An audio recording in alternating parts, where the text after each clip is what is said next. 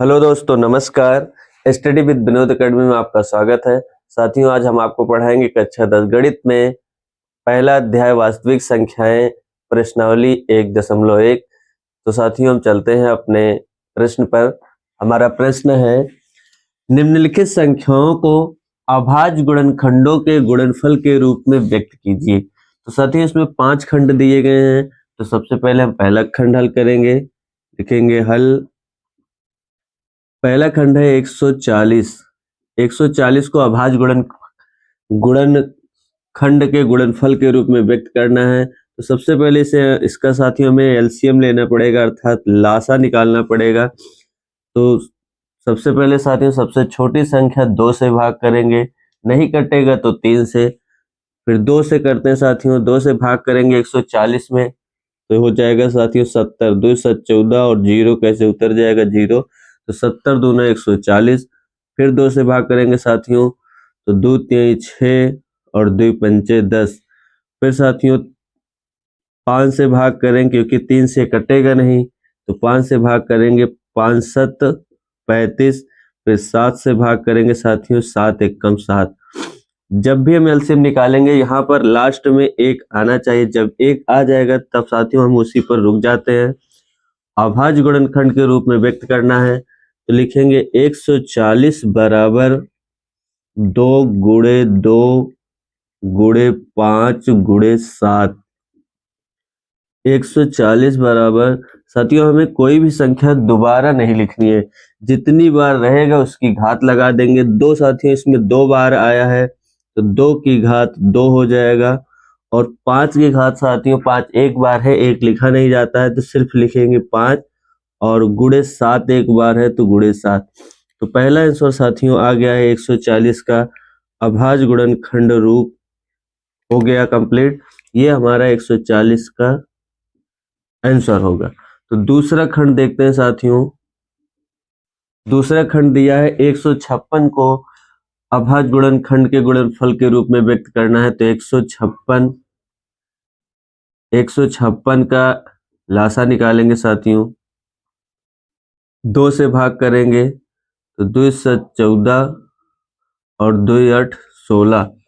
फिर 2 से भाग करेंगे 78 में, तो 2 3 6 2 9 18 39 आ जाएगा। फिर साथियों 2 से कटेगा नहीं, क्योंकि लास्ट में विषम संख्या है। सम संख्या रहेगा तो 2 से कट जाएगा। तो 3 से भाग करेंगे, 3 से भाग करेंगे, 3 एकम 3 3 त्रिका 9। फिर साथियों 13 से ही कटेगा और किसी संख्या से नहीं कटता है, तो आ जाएगा 13 एकम 13। तो साथियों लास्ट में 1 आ गया है। अब इसी पर हमें रुकना है। अब लिखेंगे 156 बराबर 2 गुणे 2, जितनी बार से भाग किया गया है, गुणे 3 गुणे 13। तो हो जाएगा साथियों 156 बराबर 2, इसमें भी 2 बार आया है, तो 2 की घात 2 गुणे 3 गुणे 13।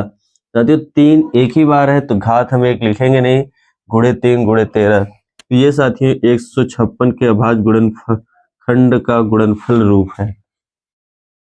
साथियों हम चलते हैं अपने तीसरे खंड पर। तो तीसरा खंड है 38 25। 38 25 का साथियों सबसे पहले हम लासा निकालेंगे। 38 25, तो साथियों लास्ट में विषम संख्या है, तो ये 2 से कटेगा नहीं, तो 3 से काटते साथियों, तो हो जाएगा साथियों 3 से भाग करेंगे, 3 पचे 15 और 3 सते 21, 3 सते 21 22, 3 दूनी 6 2 8 और 3 एकम 3। तो साथियों जब 3825 में भाग करेंगे 3 से, तो आएगा 1275। तो फिर साथियों इसे 3 से हम भाग करेंगे, क्योंकि लास्ट में विषम संख्या है, तो 3 पचे 15, 3 दूनी 6 7 और 3 चौक 12, आ जाएगा साथियों 425। तो साथियों ये 3 से कटेगा नहीं, भाग करेंगे तो इसे हम 5 से भाग करेंगे साथियों, क्योंकि लास्ट में भी 5 है। तो 50 25 50 25 और 5 8 40, 2 42, तो 85 आ जाएगा साथियों जब 5 से भाग करेंगे 425 में। फिर साथियों इसे हम 5 से भाग करेंगे, आ जाएगा 17, 17 बचे होता है 85। फिर साथियों 17 आ गया तो 17 17 से ही कैंसिल होता है और किसी संख्या से कटेगा नहीं, 17 एकम 17। तो साथियों हम 38 25 का 38 25 बराबर जितनी भी संख्याओं से भाग दिया गया सबको हम लिख लेते हैं। 3 गुणे 3 गुणे 5 गुणे 5 गुणे 17। साथियों 3 कितनी बार आया है, 2 बार आया है, तो 3 की घात 2 गुणे 5 कितनी बार है, 2 बार है, 5 की घात 2 गुणे 17। और साथियों यही इसका आंसर होगा अभाज्य गुणनखंड का। अब साथियों हम देखते हैं अगला खंड 4 नंबर 5005 का हमें निकालना है। तो 5005 का साथियों सबसे पहले हम लासा निकालेंगे 5005 का। तो साथियों हम देखते हैं सबसे पहले ये जो है 5 से कटेगा, तो 5 से भाग कर देते हैं। 5 एकम 5, 0 से उतर जाएगा, 5 एकम 5 हो जाएगा साथियों जब 5 से भाग करेंगे। दोबारा साथियों इसको हम देखते हैं 5 से कटेगा नहीं क्योंकि लास्ट में 1 आ गया है, या तो ये 3 से कटेगा या 7 से कटेगा। तो 3 से भी नहीं कटेगा साथियों, तो ये 33 3 99 हो जाएगा साथियों। तो हाँ हासिल 3 से 21 2 आ रहा है, तो हम इसे 7 से भाग करते हैं। 7 से भाग करेंगे तो 7 तिरिक 21, 7 चौक 28, 2 30, 7 एकम 7 3 10 आ जाएगा 143। जब 7 से 1001 में भाग करेंगे 143 आएगा। फिर साथियों इसको हम 7 से भाग करते हैं 11। साथियों 7 से भाग करेंगे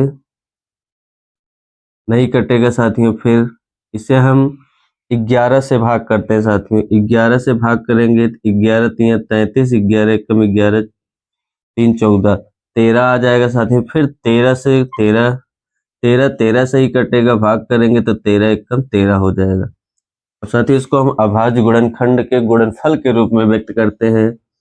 तो 5005 बराबर हो जाएगा 5 गुणे 7 गुणे 11 गुणे 13।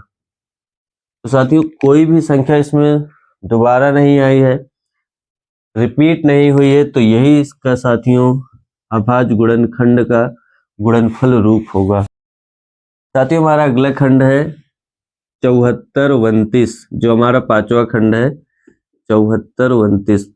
साथियों इसे हमें ध्यान से पढ़ना है, ये थोड़ा सा अपवाद में, क्योंकि बड़ी संख्याओं से कटेगा, छोटी संख्या से कटेगा नहीं, न 3 से, न 2 से, न 5 से, न 7 से। इसको सॉल्व करते हैं 74 29। तो साथियों इसे हम पहले 17 से भाग करेंगे। 17 17 में 119, लास्ट में 9 दिखाई दे रहा है, तो 17 से भाग करेंगे तो आएगा साथियों 17 चौके 68 और 17 तिया 51, 17 तिया 51 और साथियों 17 सत्ते 119, 437। फिर साथियों 17 से जब हम 74 29 में भाग देंगे तो आएगा 437। अब साथियों 437 को हम भाग करेंगे 19 से, 19 से भाग करेंगे साथियों आएगा 19 दूना 38 और 19 3 57। तो साथियों आ जाएगा 23। और जब 23 से भाग करेंगे तो क्योंकि 23 से ही कटेगा तो 23 एकम 23। तो देख रहे हैं साथियों इसमें सभी वैल्यू जो है जब सभी संख्याएं बड़े नंबर से कट रही है और विषम संख्या है 17 19 23। तो साथियों इसका हम अभाज्य गुणनखंड को गुणनफल के रूप में व्यक्त कर रहे हैं।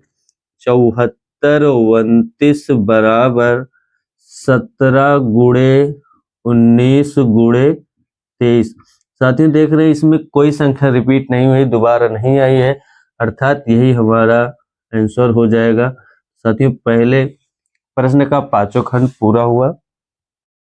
साथियों हमारा अगला प्रश्न है दूसरा वाला, पूर्णांकों के निम्नलिखित युग्म के एचसीएफ और एलसीएम ज्ञात कीजिए तथा इसकी जांच कीजिए कि दो संख्याओं का गुणनफल बराबर एचसीएफ गुणे एलसीएम है। तो साथियों इस पाठ में एक ही फार्मूला है, दो संख्याओं का गुणनफल बराबर एचसीएफ और एलसीएम। एचसीएफ का मतलब मासा ज्ञात करना है और एलसीएम का मतलब लासा निकालना है। साथियों हम चलते हैं अपने पहले दूसरे प्रश्न के पहले खंड पर। पहला खंड है 26 और 91। तो 26 और 91 का एचसीएफ और एलसीएम ज्ञात करना है। तो साथियों इसका सबसे पहले हमें लासा लेना पड़ेगा। लासा निकालेंगे, 2 से भाग करेंगे साथियों तो आ जाएगा 13, 13 दूना 26। फिर साथियों ये 13 से ही कैंसिल होगा, 13 एक कम 13 आ जाएगा।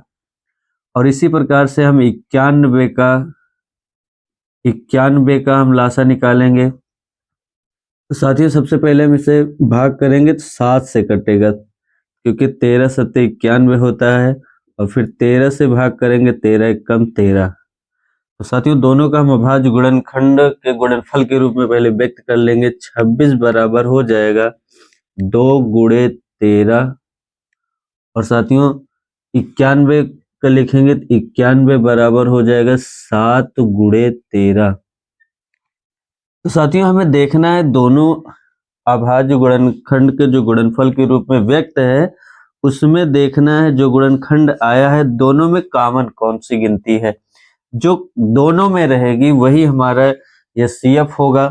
तो दोनों में साथियों देख रहे हैं 2 इसमें है, इसमें नहीं है, 7 इसमें है तो ऊपर वाले में नहीं है।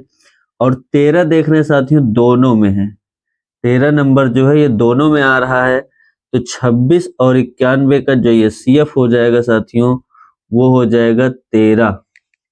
और साथियों एलसीएम निकालेंगे तो एलसीएम साथियों 13 जो आया है दोनों में उसको लिख लेंगे, फिर जो बचता है सबको लिखेंगे, 2 और 7 भी लिख लेंगे, 2 गुणे 7। साथियों इसका गुणा कराते हैं। जब गुणा कराएंगे 13 दूना 26, 13 दूना 26 गुणे 7।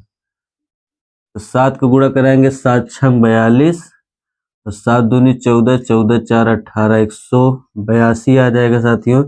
ये है इसका लासा या एलसीएम कह सकते हैं। तो लासा और मासा दोनों निकल गया है साथियों। हमें जांच करना है, जांच कीजिए कि दो संख्याओं का गुणनफल। तो दो संख्याओं का गुणनफल यह लिख सकते हैं साथियों, पहली संख्या गुणे दूसरी संख्या बराबर लासा गुणे मासा। साथियों लासा है एलसीएम, मासा है एचसीएफ। तो पहली संख्या है 26 और दूसरी संख्या साथियों 91 बराबर लासा निकल के आया साथियों 182 और साथियों मासा है 13। तो जब साथियों 26 का 91 में गुणा कराएंगे तब आएगा 2366। और जब 182 का गुणा 13 में कराएंगे साथियों जो यहाँ पर आया है वही यहाँ पर भी सेम आना चाहिए। अगर दूसरा आ जाएगा समझ जाना लासा और मासा जो निकाला गया वो गलत है। तो 182 का जब 13 में गुणा कराएंगे तब भी आएगा 2366। तो साथियों देख रहे हैं दोनों पक्ष बराबर है, अर्थात हमारा लासा और मासा दोनों सही है। साथियों हमारा दूसरा खंड है 510 और 92। तो 510 और 92। तो 510 का साथियों एलसीएम निकालेंगे, लासा निकालेंगे। सबसे पहले साथियों भाग करेंगे 2 से, 2 पंचे 10, 2 पंचे 10, 1 11, 2 दूना 4 1 5, 255 आ गया। फिर साथियों हम इसको भाग करेंगे 3 से, तो 3 पच्चे 15, 3 8 24 1 25। 3 से सब जब साथियों 255 में भाग करेंगे तो 85 आएगा। फिर 5 से भाग करेंगे साथियों तो 17 पच्चे 85 और 17 से भाग करेंगे साथियों तो 17 एकदम 17 आ जाएगा।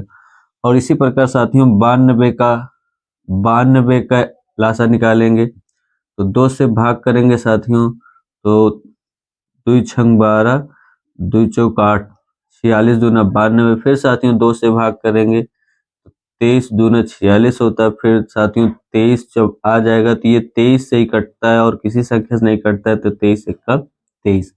तो देखते हैं साथियों दोनों का लासा निकल गया है। 510 बराबर 2 गुणे 3 गुणे 5 गुणे 17 और साथियों 92 बराबर 2 गुणे 2 गुणे 23। अब साथियों इसका हम मासा निकालेंगे पहले, HCF अर्थात मासा, HCF अर्थात मासा निकालेंगे। तो देखेंगे साथियों जो संख्या दोनों में मिल रही है, तो दोनों में सिर्फ आगे की संख्या जो 2 है साथियों यही दोनों में आया और कोई ऐसी संख्या नहीं है जो दोनों में आई है, तो इसका HCF हो जाएगा 2। तो साथियों LCM अर्थात लासा देखेंगे क्या होगा इसका पहले, फिर लासा देखेंगे। तो लासा साथियों जो दोनों में आया पहले उसे लिख लेंगे, तो 2 गुणे जो बचा है सब लिख लेंगे, 3 5 17, 3 5 17, फिर साथियों 2 गुणे 23। तो साथियों जब हम 2 गुणे 3 गुणे 5 गुणे 17 गुणे 2 गुणे 23 का गुणा कराएंगे साथियों, तो आ जाएगा 23,460। ये साथियों LCM है। इसका जब सभी संख्याओं का गुणा कराएंगे तो आएगा 23,460। साथियों हम उत्तर की जांच करते हैं। दो संख्याओं का गुणनफल, तो पहली संख्या गुणे दूसरी संख्या, साथियों यहाँ पर हम लिख लेंगे जांच, उत्तर की जांच। पहली संख्या गुणे दूसरी संख्या बराबर लासा गुणे मासा। तो पहली संख्या साथियों इसमें है 510 और दूसरी संख्या साथियों 92 बराबर लासा आया साथियों 23,460 और मासा आया साथियों 2।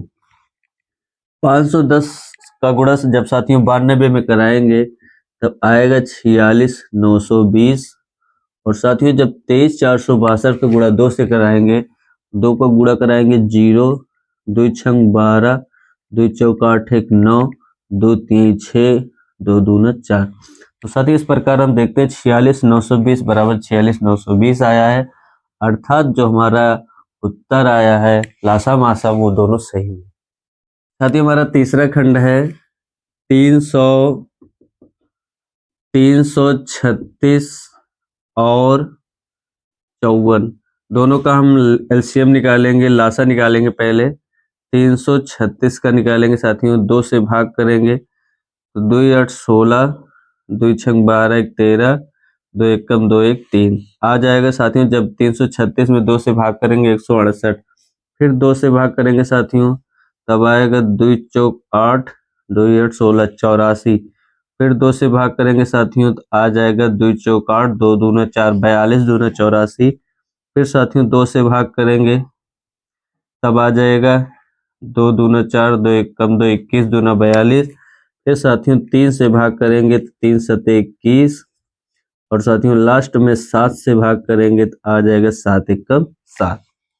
और साथियों अब 54 का हम LCM निकालेंगे या 54 का लासा निकालेंगे, तो 2 से भाग करेंगे साथियों तो 27 दूना 54, फिर साथियों 3 से भाग करेंगे 3 9 27, फिर 3 से भाग करेंगे 3 त्रिक्का 9, फिर 3 से भाग करेंगे 3 एकम 3। तो साथियों दोनों को हम हल कर लिए हैं। अब हम लिखेंगे इसको 336 को अभाज्य गुणनखंड के गुणनफल के रूप में। तो 2 गुणे 2 गुणे 2, 2 साथियों 4 बार आया है तो 4 बार 2 गुणे 2 लिख लेंगे और फिर साथियों आया गुणे 3 गुणे 7। इसी प्रकार से हम 54 को भी लिख लेते हैं साथियों, तो हो जाएगा 2 गुणे 3 गुणे 3 गुणे 3। अब साथियों हमें देखना है कि दोनों में कौन आया है। दोनों में साथियों 2 एक बार है जो दोनों में आया है और 3 साथियों यहाँ पर मिल रहा है जो दोनों में आया है। तो साथियों इसका ये CF हो जाएगा अर्थात मासा हो जाएगा, ये CF अर्थात मासा हो जाएगा साथियों 2, और ये जो दोनों में 3 मिला है 3 2 3 6, ये हमारा मासा हो जाएगा। और साथियों हम निकालेंगे LCM अर्थात लासा। साथियों जो दोनों में है पहले उसे लिख लेंगे, तो 2 गुणे 3, जो बचा है साथियों सबको लिख लेंगे, तो ये 2 गुणे 2 गुणे 2 3 बार हो जाएगा, और 3 गुणे 3 2 बार हो जाएगा, और साथियों ये 7 बचा है 7 लिख लेंगे। जब सबको गुणा कराएंगे साथियों आ जाएगा 3 0 2 4 30 24 आएगा, जब सभी संख्याओं को गुणा कराएंगे। साथियों LCM का मान आ गया 30 24। अब साथियों हम उत्तर की जांच करते हैं, लिखेंगे पहली संख्या गुणे दूसरी संख्या, साथियों लिख लेंगे जांच, पहली संख्या गुणे दूसरी संख्या बराबर लासा गुणे मासा। तो पहली संख्या साथियों है 336 जो प्रश्न में दिया रहेगा, दूसरी संख्या साथियों 54 बराबर लासा आया साथियों 30 24, और साथियों मासा आया है 6। जब साथियों 336 का 54 में गुणा कराएंगे तो आया जाएगा 18 144 बराबर, और साथियों जो यहाँ आया है यही दूसरी तरफ भी आएगा, तो 6 से गुणा कराएंगे 6 चौक 24, 6 दूनी 12 2 14, और 6 तिरिक 18। साथियों देख रहे हैं 18 144 इधर भी आया इधर भी आया है, दोनों पक्ष बराबर है, अतः जो हमारा लासा मासा आया है वो दोनों आंसर सही है। साथियों हमारा अगला प्रश्न है, अभाज्य गुणनखंड विधि द्वारा निम्नलिखित पूर्णांकों की HCF और LCM ज्ञात कीजिए। अभाज्य गुणनखंड विधि मतलब होता है साथियों लासा निकाल करके तब जो है लासा विधि से निकालिए।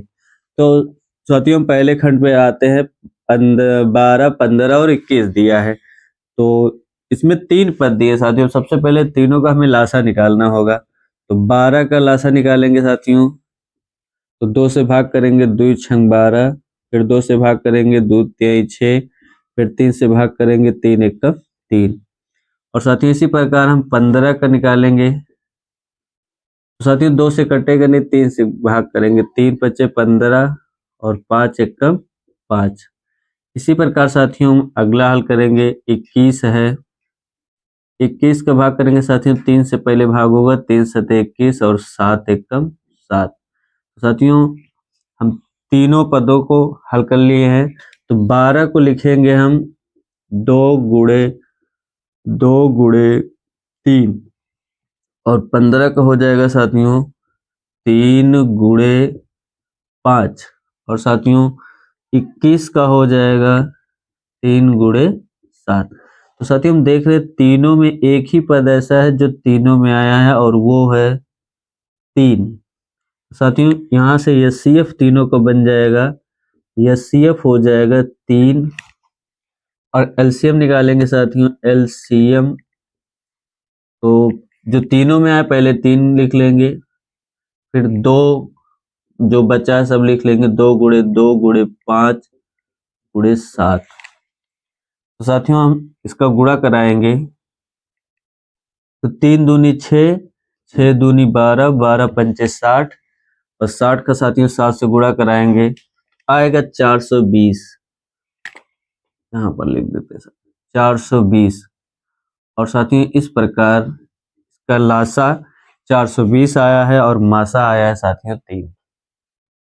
साथियों हमारा इसमें दूसरा खंड है 17 23 और 29 का। 17 23 और 29 का हमें लासा और मासा निकालना है। साथियों ये तीनों संख्याएं अभाज्य संख्याएं हैं, ये एक से कटता है या तो खुद से कटेगा स्वयं से, और किसी संख्या से नहीं कटेगा। तो इसका मासा साथियों यहाँ से देखकर हम बता सकते हैं 1 आएगा।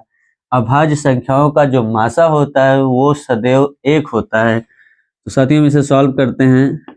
दूसरा खंड 17 23 और 29 को, तो 17 साथियों 17 को भाग करेंगे या इसका लासा निकालेंगे तो 17 से ही कटेगा, 17 एकम 17। और जब 23 का निकालेंगे साथियों, 23 एक कम हो जाएगा 23। और साथियों इसी प्रकार जब हम 29 को भाग करेंगे तो 29 से ही कटेगा, तो 29 एक कम 29। तो साथियों तीनों को सॉल्व कर लिए हैं, तो 17 का आया साथियों, 17 का आया 17 साथियों, 17 ही है तो 17। और 23 आया है साथियों, 23 बराबर 23। और साथियों 29 बराबर 29। और साथियों ये 17 23 29, 17 23 29 से खुद स्वयं से कटा है। एक से भी गुणे एक हम कर सकते हैं, तो गुणा एक गुणा एक गुणा एक लगा सकते हैं। ये एक से कटेगा या फिर 29 से कटेगा। तो साथियों यहाँ से हम देखेंगे HCF जो बनेगा, HCF, तो देख रहे साथियों एक ही ऐसी संख्या है जो तीनों में आ गई है, तो इसका जो मासा होगा साथियों 1 हो जाएगा। और लासा निकालेंगे साथियों, लासा तो जो सब में है 1 है। और फिर साथियों जो बचा है 17 गुणे 23 गुणे 29, तो जब साथियों इन तीनों को गुणा कराएंगे तो आ जाएगा आंसर 11 33 9। साथियों 11 33 9 आ जाएगा, और यही साथियों लासा और मासा होगा। साथियों हमारा तीसरा खंड है 8 9 और 25। 8 9 और 25। साथियों 8 का लासा निकालेंगे तो 2 चौक 8, 2 दूना 4 और 2 एकम 2। इसी प्रकार 9 का साथियों एलसीएम निकालेंगे तो 3 त्रिका 9, 3 एकम 3। और साथियों इसी प्रकार हम 25 का निकालेंगे तो 5 से भाग करेंगे साथियों, 50 25 और 5 एकम 5। तो साथियों तीनों को हल कर लिए हैं। 8 का आया है साथियों 2 गुणे 2 गुणे 2। और साथियों 9 का आया है 3 गुणे 3। और साथियों 25 का आया है 5 गुणे 5। तो साथियों हमें देखना है कोई ऐसी संख्या जो सब में है। तो 2 साथियों इसमें नहीं है, 3 इसमें है तो इसमें नहीं है, न इसमें है, 5 मतलब कोई ऐसी संख्या नहीं मिल रही जो सब में है। जब कोई ऐसी संख्या नहीं मिल रही साथियों तो इसका HCF जो हो जाएगा, HCF जो हो जाएगा वो 1 होगा। जब कोई संख्या न मिले कॉमन तो HCF हमेशा 1 होता है। LCM निकालेंगे साथियों, LCM जब निकालेंगे तो 2 गुणे 2 गुणे 2। और साथियों 3 2 बार आया है तो 3 गुणे 3। और 5 2 बार आया है तो 5 गुणे 5। तो साथियों जब सबका गुणा कराएंगे तो 2 दूना 4, 2 8, 3 24, 3 72, 5 5 दूनी 10, 5 7 36, 360 आएगा। 6 और 360 का गुणा साथियों 5 में कराएंगे तो आ जाएगा 1800। तो साथियों ये इसका एलसीएम हो जाएगा और एचसीएफ का मान 1 होगा। साथियों हमारा अगला प्रश्न है क्वेश्चन नंबर 4। एचसीएफ 306, 657 बराबर 9 दिया है। एलसीएम 306, 657 ज्ञात करना है। ये साथियों यूपी बोर्ड के लिए अत्यंत महत्वपूर्ण प्रश्न है और परीक्षा में बार बार आया है। केवल यहाँ पर नंबर बदल जाते हैं, लेकिन लगाने का विधि जो है, प्रोसेस यही रहेगा जो बताने चल रहे हैं। तो साथियों हम देखते हैं क्या दिया गया है। HCF दिया है, HCF 306, 657 का दिया है साथियों 9 है।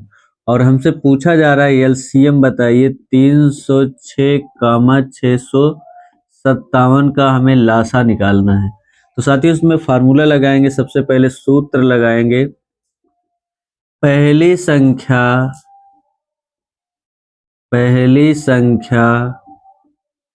गुणे दूसरी संख्या बराबर लासा, या कह सकते हैं साथियों एलसीएम गुणे मासा। तो लिख सकते हैं साथियों ब्रैकेट में HCF। तो साथियों पहली संख्या जो 306 दिया है ये पहली संख्या है, और गुणे दूसरी संख्या 657 दिया है साथियों, बराबर लासा हमें साथियों निकालना है।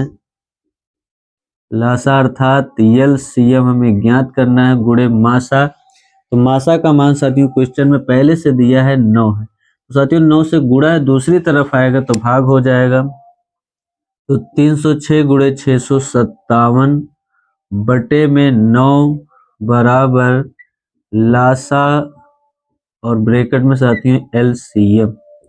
9 से साथियों भाग करेंगे, 9 से भाग करेंगे तो 9 चौक 36 और 9 त्रिक 27, 33, 9 चौक 36, 9 त्रिक 27, 33, 34 गुणे 657 बराबर आ जाएगा साथियों लासा अर्थात एलसीएम। अब साथियों 34 का 657 में गुणा कराएंगे, आ जाएगा 22, 33, 8 बराबर लासा अर्थात हमारा एलसीएम जो आएगा ये 22, 33, 8 होगा। और साथियों यही प्रश्न में पूछा गया था और यही हमारा आंसर होगा। साथियों हमारा अगला प्रश्न है, जांच कीजिए क्या किसी प्राकृतिक संख्या n के लिए संख्या 6 की पावर n अंक 0 पर समाप्त हो सकती है। तो साथियों अगर हमें 0 पर समाप्त करना है तो हम लिखेंगे साथियों, हल करेंगे, यदि कोई संख्या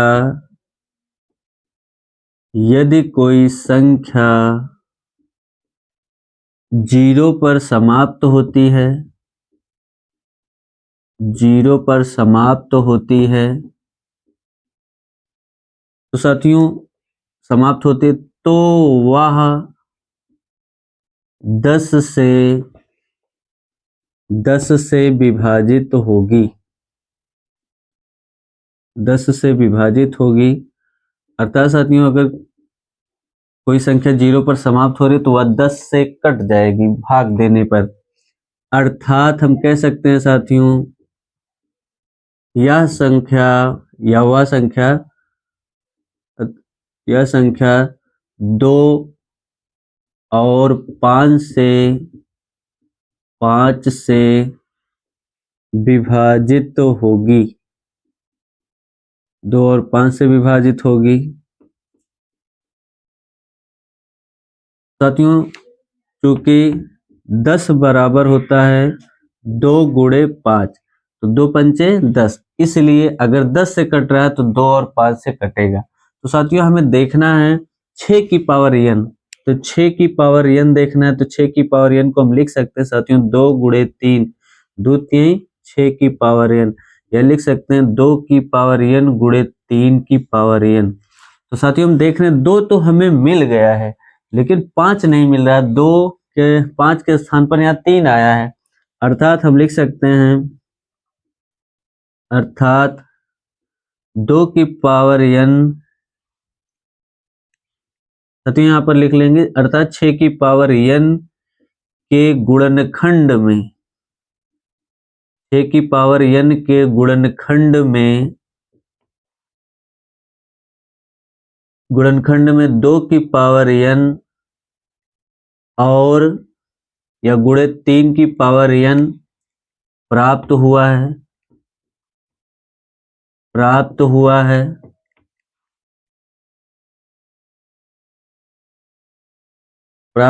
अतः 2 की पावर n और 5 की पावर n के अतिरिक्त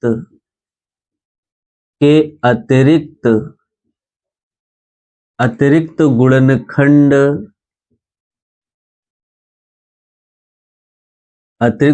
साथियों 2 की पावर n या 5 की पावर n आना चाहिए। कह रहा है इसके अलावा 3 की पावर n प्राप्त हुआ है, 3 की पावर n मिला हुआ है। और साथियों अगर इसके अलावा कोई गुणनखंड मिलेगा तो वह संख्या 0 पर समाप्त नहीं होगी। इसलिए अंकगणित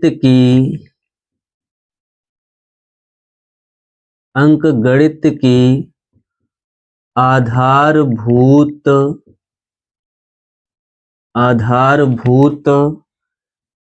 प्रमेय की अद्वितीयता अद्वितीयता से 6 की पावर n अंक 0 पर या 0 पर समाप्त नहीं होगी। तो साथियों हम इसे समझ लेते हैं पहले अच्छे से। 2 की पावर n 5 की पावर n है और साथियों 6 का गुणनखंड किए तो 2 गुणे 3 आ गया। तो 2 तो आया लेकिन 5 नहीं आया, क्योंकि 2 की पावर n यहाँ 3 की पावर n आ गया। अगर यहाँ 5 आता तो यह संख्या 0 पर समाप्त हो सकती थी, लेकिन यहाँ 2 और 5 के अलावा 2 और 5 के अतिरिक्त एक गुणनखंड आ गया 3 की पावर n, और इसीलिए अंकगणित की आधारभूत प्रमेय ये बताती है अगर 2 और 5 के अलावा कुछ भी आएगा तो वह संख्या कभी 0 पर समाप्त नहीं हो सकती है। तो साथियों ये हमारा क्वेश्चन कंप्लीट हो। साथियों हमारा अगला प्रश्न है, व्याख्या कीजिए कि 7 गुणे 11 गुणे 13 प्लस 13 और 7 गुणे 6 गुणे 5 गुणे 4 गुणे 3 गुणे 2 प्लस 5 भाज्य संख्याएं क्यों है। साथियों हमें प्रश्न में ध्यान देना, यहाँ पर प्लस 13 लिखा और यहाँ पर लास्ट में प्लस 5 है। कुछ बच्चे गुणा समझकर गुणा कर देते हैं और आंसर गलत आ जाता है। तो सबसे पहले हमें समझना है भाज्य संख्या क्या है। तो साथियों होता है प्रत्येक भाज्य संख्या के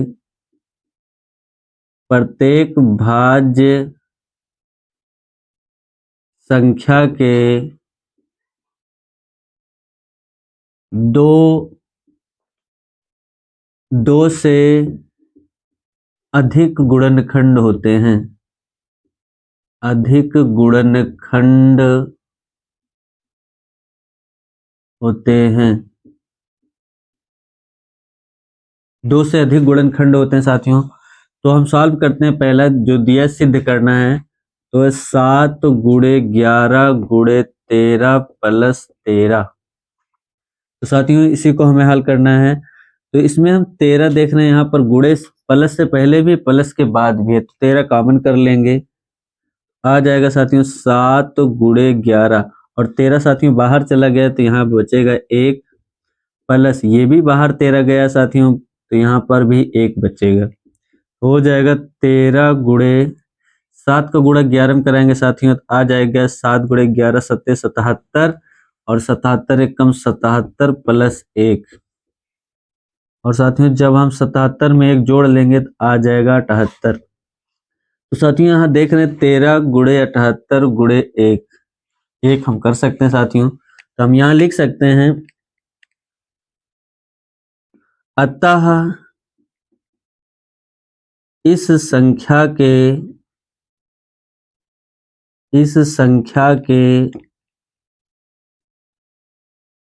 2 से अधिक गुणनखंड हैं,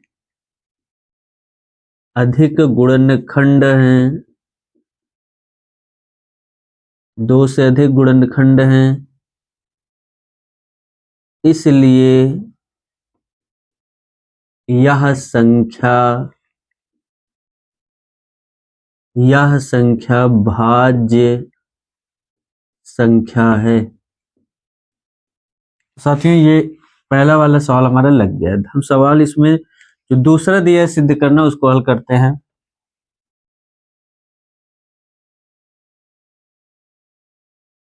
7 गुणे 6 गुणे 5 गुणे 4 गुणे 3 गुणे 2 गुणे 1 प्लस 5।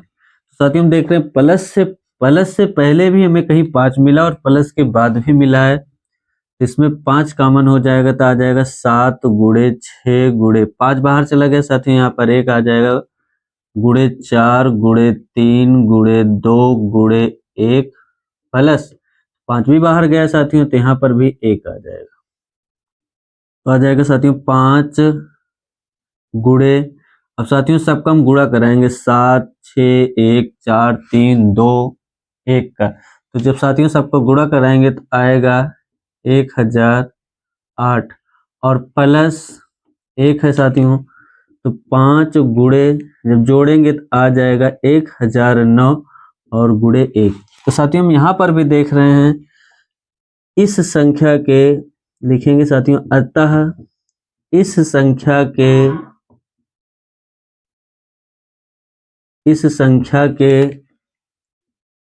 2 से अधिक गुणनखंड हैं, 2 से अधिक गुणनखंड हैं, इसलिए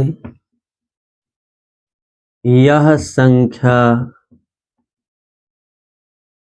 भाज्य संख्या होगी, भाज्य संख्या होगी।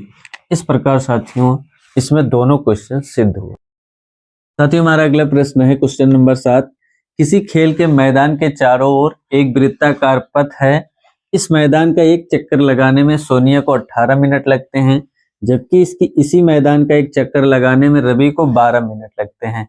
मान लीजिए कि वे दोनों एक ही स्थान और एक ही समय पर चलना प्रारंभ करके एक ही दिशा में चलते हैं, तो कितने समय बाद वे पुनः प्रारंभिक स्थान पर मिलेंगे। तो साथियों पुनः प्रारंभिक स्थान पर मिलेंगे, और अगर इसी क्वेश्चन पर एक सवाल आता है, घड़ी की सुई पुनः कितने बजे तो एक साथ मिलेंगी, तो उसमें भी लासा निकालना होता है। तो यहाँ पर भी हमें लासा निकालना होगा।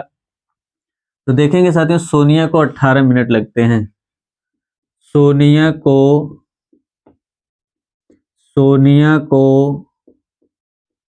समय लगता है, सोनिया को समय लगता है कितने मिनट साथियों, 18 मिनट। और साथियों रवि को समय लगता है एक चक्कर लगाने में, रवि को समय लगता है एक चक्कर लगाने में तो 12 मिनट।